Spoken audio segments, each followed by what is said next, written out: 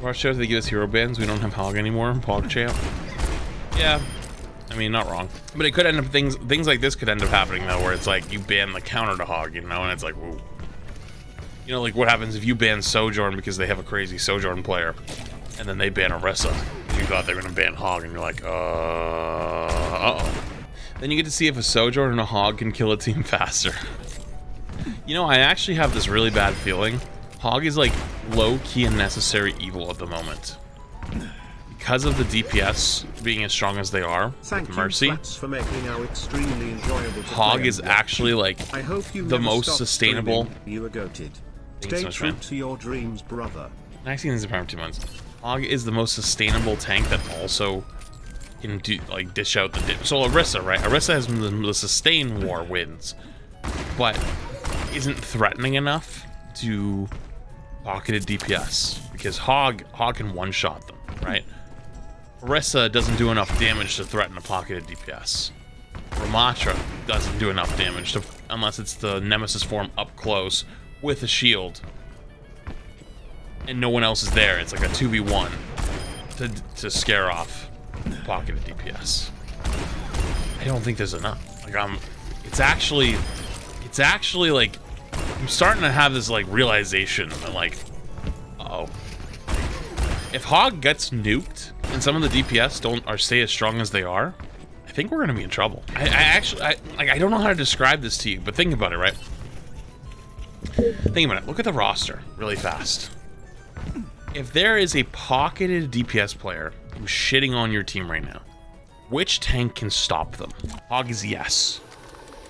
I would argue Sigma is a possible second best. D.Va, no. Doomfist, no. Joker Queen, no. Orisa could out-sustain them until a teammate helps. But no. Winston actually could be the linchpin key.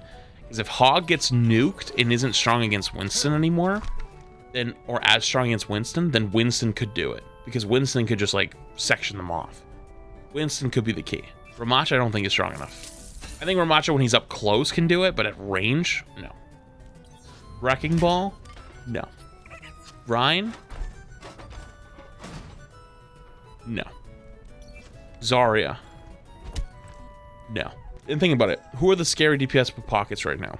Ashe, Sojourn, Cass, Soldier, Echo. I don't know if I'm willing to give it to Hanzo. When Hanzo's bug is fixed, maybe. I don't think Hanzo's that good. I don't think he's that bad either. Torb, no, but Torb is just good. Junkrat's just kind of scary, period. No. Maybe. And absolutely. So, like, there's like 1, 2, 3, 4, 5, 6 and a half DPS that with Mercy Pocket is actually like terrifying to play against. That without Hog's one shot might not be able to threaten them out. I hope I'm wrong. I'm not even totally convinced of it yet, but I've had that thought recently with like really good pocketed hit scan at range. Because Hog is the only one that can get close enough and then be threatening with a one shot. There's no one else that can get that close and be threatening, other than Winston. But Winston even still kind of blows up a little bit. But if you removed Hog from the situation, would it be better? I think it would be. Seems like the common denominator would then be a change to Mercy's damage boost. But we've learned these things in Overwatch 1. As long as the breakpoints aren't that bad, then it's actually not terrible. But then you'd actually have to have that conversation about Zen Discord. And I don't think people want to have that conversation about Zen Discord. Oh, sorry, let me say, someday we will have that conversation about Zen Discord, because Zen Discord is inherently now no longer healthy for the game. Because in Overwatch 1, it was good, because when you had multiple tanks, putting Discord on one of the tanks could threaten them out, plus there was so much beef. Having the increased damage focus fire was nice. You had to think about which target should I be putting the Discord on, you know? Which one should have it? But in Overwatch 2, now you just put it on the tank no matter what. Like, there's no reason to have Discord on any other target unless you're dueling them and trying to fight for your life. Otherwise, you just put it on the tank. Why? Because everyone shoots the tank anyways. So you have now 5 players that shoot the tank, and they take 25% more damage. Let's nerf Genji. So, I don't know. I think there's a lot of things to kind of think about there. I feel like DPS is still kind of power crept all the way back from goats. And you would have thought when we went to a 5v5 format, because there's only one tank now, that a lot of DPS don't need to do as much damage as they do. And even and I'm not even saying just DPS, even tanks. I think some tanks' damage should come down a little bit. I think Sigma does a little bit too much damage, but Sigma's things are hard to hit. So maybe Sigma's like, I don't know if you can make like the radius bigger but lower the damage. Could be kind of nice. I think Zarya at full charge could be changed so she has higher charge more often but less damage. So she feels more fun and engaging to play. Who else? Hog obviously is the number one. Ryan I even think does a little too much damage now. I think you could honestly, like if you raised Ryan's survivability, let's say you put Ryan to 700 HP, and you say, well, that's outlandish. Apocalypse. Let me introduce you.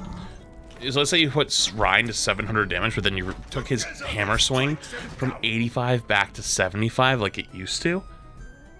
I feel like you could kind of balance that out. Make him threatening up close, but not like destroying you, but make him tankier. That way the tanks are still tanky and more threatening, but lowering the overall damage ceiling. That would also keep supports from being like playing Dead by Daylight all the time, because think about what threatens supports right now, right? You have 1, 2, 3, 4, 5, let's say 5 tanks that can constantly threaten you. 1, 2, 3, 4, 5, 6, 7, 8, 9, 10, 11. 11 DPS that are like, they are very threatening to you at all times, you know? And the reason I don't say like Junk and Torb is because like, I think they're just threatening, period. Like they're not like really good versus supports. But then, you know, like a lot of these supports just kind of lose out a lot of times, you know? They just lose out a lot of time. So I wonder if you lowered the overall damage ceiling of all characters a little bit and made the game feel a little bit less one-shotty, would it feel better? I don't know. Because that's one of the problems people have with Warzone right now, right? Warzone 2, I think lowered the time to kill by a lot. So basically you just get shot once, you die. And then there's obviously people that are like, oh, you know, that's a lot better, that's a lot more fun, it's more realistic. But then like the player counts seem to show that that's not actually what people want. You know? And it's like, less people are playing it, and you know, even their content, like a lot of their content creators have been complaining recently that like the game is brand new and their viewership is lower than it was in Warzone 1, you know? COD time to kill was always low? It wasn't, but they lowered it. So it was higher in a previous game. That's what I'm saying to you. I'm not saying you make Overwatch like extremely low. I'm just saying if you lowered it a little bit more. Like we all saw that going to 5v5 was pretty good, right? It was healthy. Now, obviously, there's certain, I do miss 6v6, like, you know, but like, would the core problems of Overwatch been solved in 6v6 format? Probably not. You know, I think 5v5 was still the right choice. So we saw though that the removal of one of the tanks and making the amount of damage that's getting outputted lower felt better. So maybe we lower the amount of damage going out, period, a little bit more. Thoughts? When I say, okay, so here's the thing though. When I say that though, there's only one exception, okay? There's one exception. So the only thing you'd have to be worried about, in my opinion for that, is time to kill in low ranks. So we had this problem in GOATs, right? Once people learned that GOATs was the strongest comp, high level play, it took forever to get kills. In low level play, if they played GOATs, it became almost impossible to earn kills. And I saw this like in a dev blog or something like 2.5 years ago, but basically like what they discovered was that in like silver, bronze, and low gold, you could go entire 4 minutes without earning a kill, because both teams would pick a bunch of tanks and then a bunch of supports, and they would just stand there and look at each other and like just do damage off each other and build ultimates. And then like even when they pop the ultimates, other than like Diva Bomb, they wouldn't get any kills. They couldn't get any kills with anything other than like Diva Bomb. the time to kill was so high, they couldn't earn kills. And yeah, another example of that was 50% lifesteal Reaper. So Reaper during GOATs got buffed to 50% lifesteal as a way to counteract the GOATs composition of three supports, 3 tanks. And Reaper is a anti-tank, you know, it's a tank buster. So they were like, oh, let's buff the tank buster and we make him LP.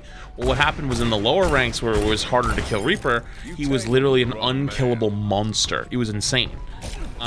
So they had to take that back.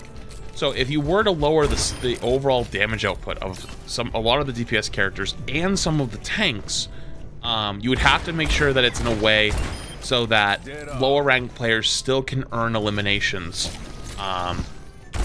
without too much time passing. You know, like I think that like having a little bit of time passing would be okay, like a little extra time. But like if it's to the point where they can go entire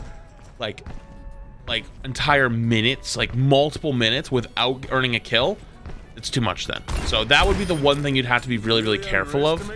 But I think overall, lowering the amount of damage that's being output in the game would then let supports, one, stop have to like be panics healing their tanks at all times and let them do other things, and 2, be a little bit less threatening and more engaging, so they could do other things in the team fights, like look for kills. They could do other things like, you know, look for offensive abilities, and they wouldn't feel like they're constantly playing Dead by Daylight being chased around.